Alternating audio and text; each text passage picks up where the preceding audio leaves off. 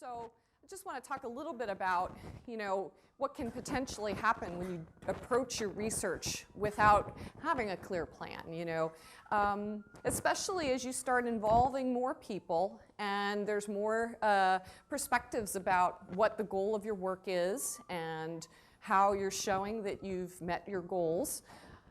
If you don't really think about how you're going to get there, over time you can just see gaps in understanding between people over what you're doing, how you're achieving it, and whether you've met your goal in the long run, probably most critically. And why can this happen? Well, if there's no agreed upon expectations for the overall project work, it's very easy for expectations to become misaligned over time.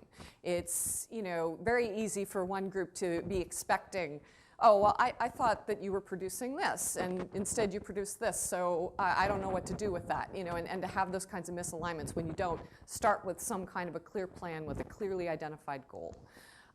If there's no agreed upon milestones, it becomes even harder to collaborate over time, to understand that you've got those points where everyone is coming in alignment and agreeing that the work is going in the right direction or not.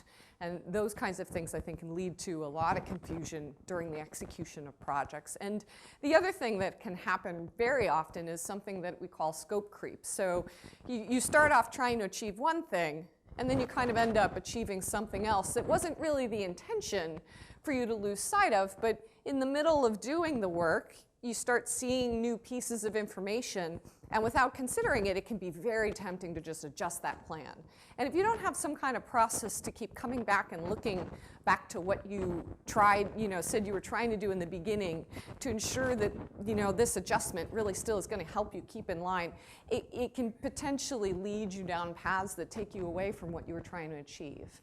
So, when you go through the process of planning, we start off by just gaining that alignment early. So stepping away from informational silos that can occur when we focus on working in our groups. In industry, we would refer to them as our functional areas. Our R&D team would be in the lab and coming up with their plan, and our regulatory team would have their plan, but maybe we weren't really talking.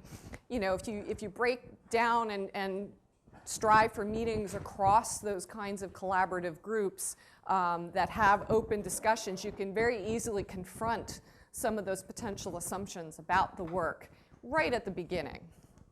And in that process also do some other key things that are going to be helpful and important to ensuring that you stay aligned to your goal.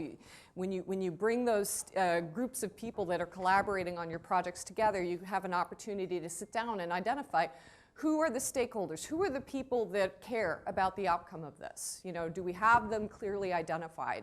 Do we understand what they expect? And are there any gaps or questions or misalignments between ourselves around what we think they expect that we want to clarify now before we go down the road and then discover them as we go? Is there anybody else along the way who's a key decision maker? That's going to have an influence over whether or not my project could move forward.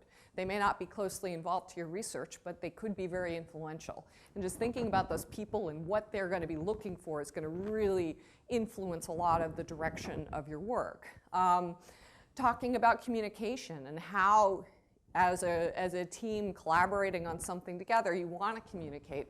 What kinds of meetings do you want to have?